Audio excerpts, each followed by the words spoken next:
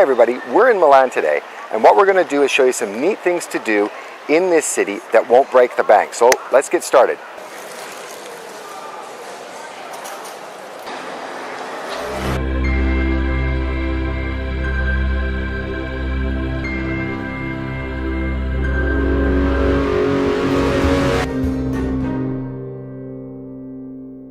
First up, and it's totally free. If you're up for a walk, Milan Castle and its compound are a great idea. Sadly, like so much of Europe, this castle was severely damaged by Allied bombing, and much of what you see today has been reconstructed. Not only is it surrounded by park, but it also houses several municipal museums.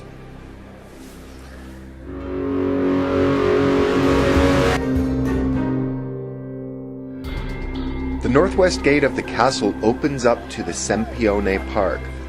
It's a beautiful green space and one that everyone visiting Milan should see. There's green everywhere, but there's also the kind people sell.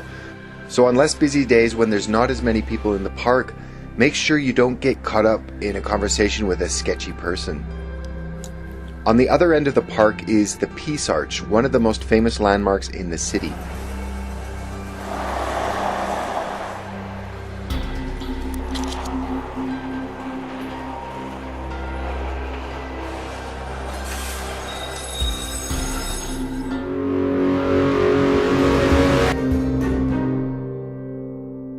Right behind me is the mother of all shopping centers, literally. The Victor Emmanuel Gallery, built in 1867, 20 years before the Eiffel Tower. It was the first shopping center in the world. So,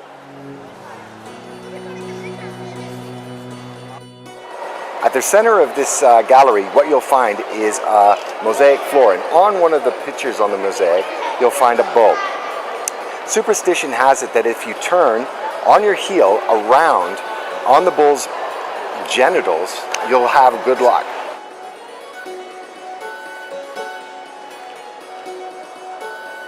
Just outside the Galleria is a statue of Milan's favorite son, Leonardo da Vinci. Milan is the industrial powerhouse of Italy and is internationally accepted arbiter of taste in fashion and design. Thus, Milan at times feels a lot more business than other cities in the country, but beneath the veneer is a serious sense of history and place.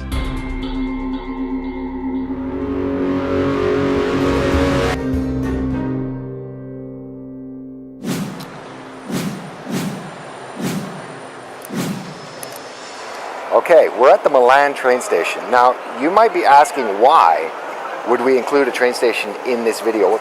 It has all of the things that you might associate with a European train station, the smells and the particular kinds of people you usually want to stay away from. Well, the reason is this is no ordinary train station. Built by Mussolini to be a grand spectacle of his hoped-for empire, this station is enormous and impressive. People throw around the term fascist now to the point where the original meaning has been lost.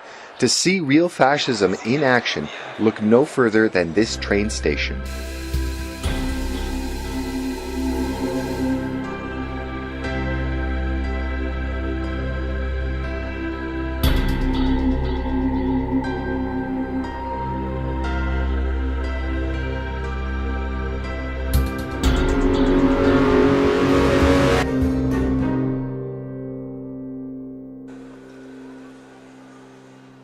There are two very famous chief cultural sites in Milan.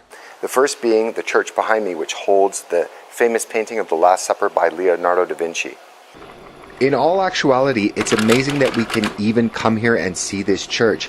As these photographs demonstrate, the church was, like the castle and so many other places in Europe, destroyed by Allied bombing during World War II. But thankfully, in anticipation of the bombing, the wall that holds the Last Supper was sandbagged and thus saved from obliteration.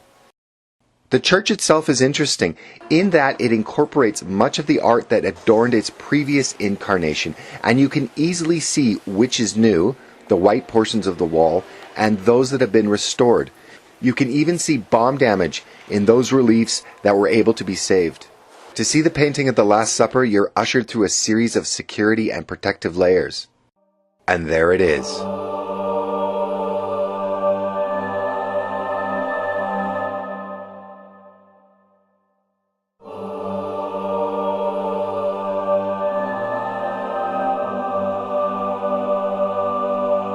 Your allotted 15 minutes are up, and you're ushered out. We now make our way across town by trolley to our next destination.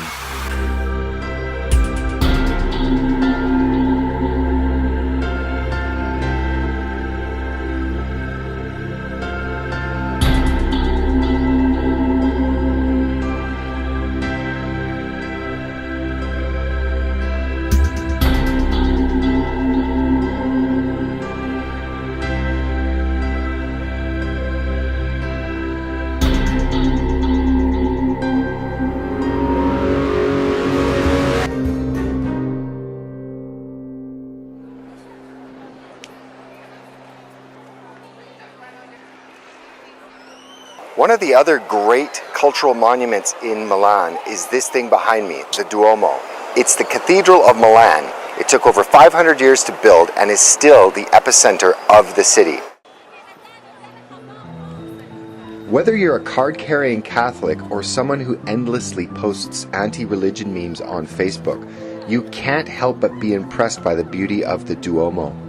I first came to Milan in the 1990s, and while things have changed somewhat, it's still the chief meeting place and people-watching spot in the city. It doesn't hurt that being one of the fashion capitals of the world, there always seems to be lots of beautiful people floating around.